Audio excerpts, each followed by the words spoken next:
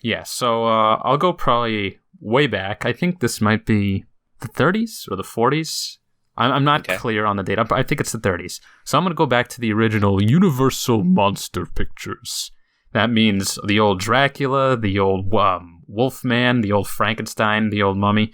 Specifically the one that I remember most seeing as a kid because, we used to watch a lot of movies as a family. And I will preface it by saying this. I would not consider myself by any means an authority on horror films because I haven't seen that many. But of the ones I've been exposed to, they do kind of stick out in my mind. So one in particular, I probably equally would be Dracula and Frankenstein. But I think Dracula was probably the more horror-ish of the two because Frankenstein kind of becomes a sympathetic character. So I'll go with Dracula for now. Quick question before we get into this. Do you know where the name Dracula came from? Hold on. Isn't it something like Vlad Dracul or something like that? You're on the right track. So, Dracul. So, for anyone who doesn't know, Bram Stoker was the guy who came up with the name Dracula to refer to this, famous vampire. The name Dracula came from a Romanian, I guess royal is the accurate term. He was monarch in Romania. A guy named Vlad the Impaler, or Vlad Dracula, which literally translates to son of Dracul. His father's name was Vlad II, Vlad Dracul. Aha. So he's Vlad Dracula. And that's basically the only part of the entire Dracula mythos that actually came from that, part of the world, from Vlad Dracula. You look at the rest of the story, there's nothing resembling Dracula the man, Well, wasn't, I don't know if this is a fact or fiction, but didn't he supposedly impale his enemies and occasionally ingest the blood of their corpses? I think so. He did. He would impale them. He would shove basically sticks up their ass and through their throat, and basically put them on display outside of the forests of Romania, outside of the royal area.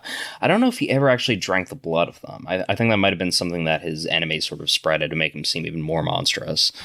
As far as I know, the history is sort of mixed on that. There's not really a clear consensus. It would make sense given this guy's personality. I mean, this dude was legitimately a psychopath at a time when psychopaths were all too common as the ruling class. Right. Now, that's the origin of Dracula, but what about vampires in general? Because before there was Dracula, there was Nosferatu. I think that was maybe the earliest vampire movie. Okay, so Nosferatu actually was, I think it was the first vampire movie. That was late 1920s, F.W. Murnau. That actually was a Dracula spinoff. That was a Dracula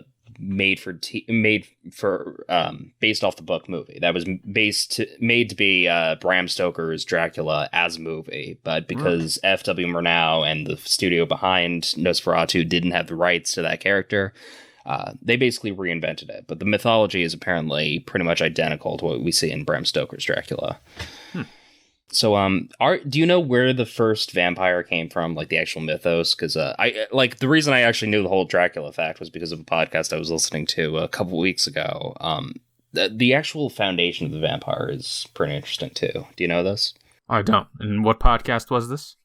This was Deep Fat Fried, which very good podcast. I strongly recommend. Okay, so if the information you're about to present is wrong, yell at them, not us.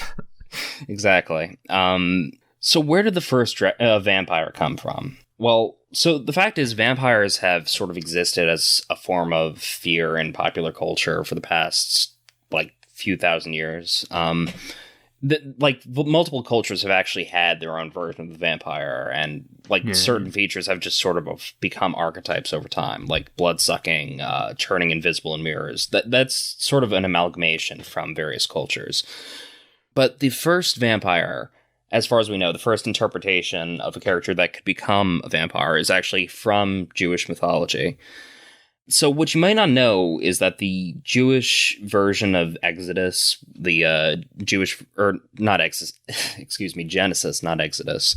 The Jewish version of Genesis actually differs in some respects from the Old Testament version that we see in the Christian Bible. So in the Jewish version of events, the first woman who was ever created on Earth was a woman named Lilith, who was Adam's first wife prior to Eve. And this is where it sort of gets pervy and sort of sexual and sort of NSFW. So if you're listening to this on a speaker in your office, you might want to turn this off. Oh, boy. So the reason why Lilith is sort of written out of the Christian Bible, or sort of written out of those modern interpretations, the reason she got banned from the Garden of Eden well before Eve was created, well before Adam got banned, was because she wanted to be on top during sex. I see. Yeah. Oh, and for that reason, God basically struck her out of the Garden of Eden, turned her into a demon who needed to suck the blood of innocents in order to survive. So he turned her into a succubus. More or less. I don't think there was anything sexualized about it, but yeah, she would basically have to. Well, yeah. So she'd have to suck the blood of the living in order to live, and she was apparently immortal as a result of that. So that's sort of like pointed to as being the first vampire, even though she wasn't technically a vampire. Dude, that has to be the origin of a succubus. It has to be, because it's got the whole background to it. I'm saying that. I actually don't know if it's wrong. Yell at me. I think succubus might have come out of Greek mythology, but I could be wrong about that. I think that goes back further than Jewish and Christian mythology, but I could be wrong. Then again, I guess it's ballpark around the same era, right? I have no idea. I've never really been that big on history, but so Dracula.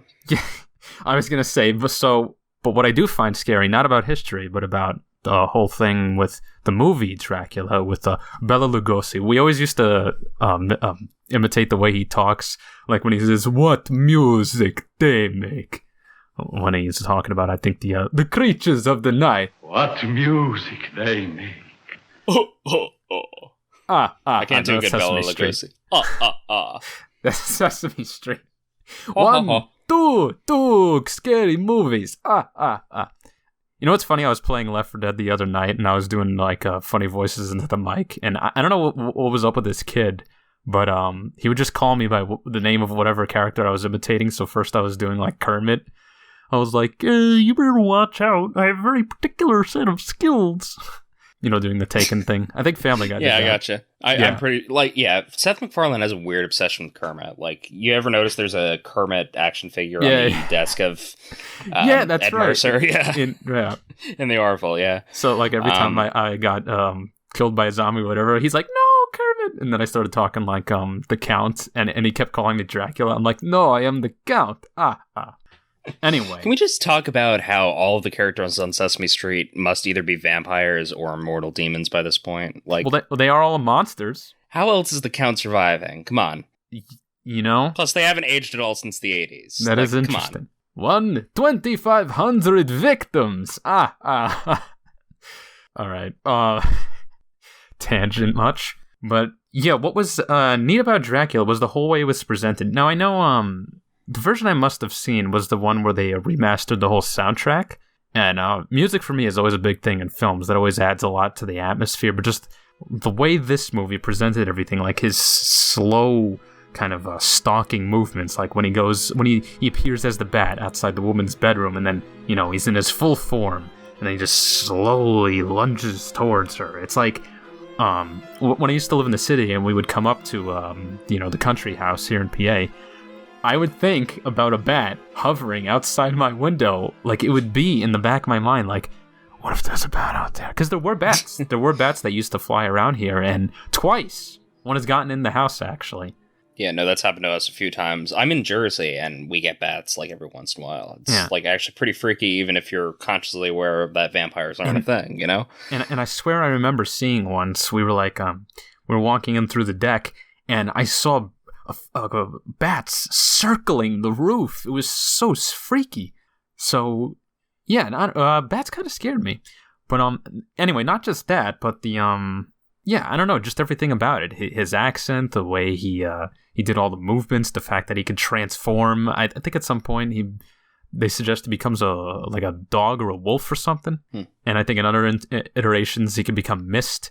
And when he hypnotized, or when he bites certain victims, and they're like, you hypnotized to be his servant, like Renfield. And that weird laugh Yes, he master. does. Yes, my lord.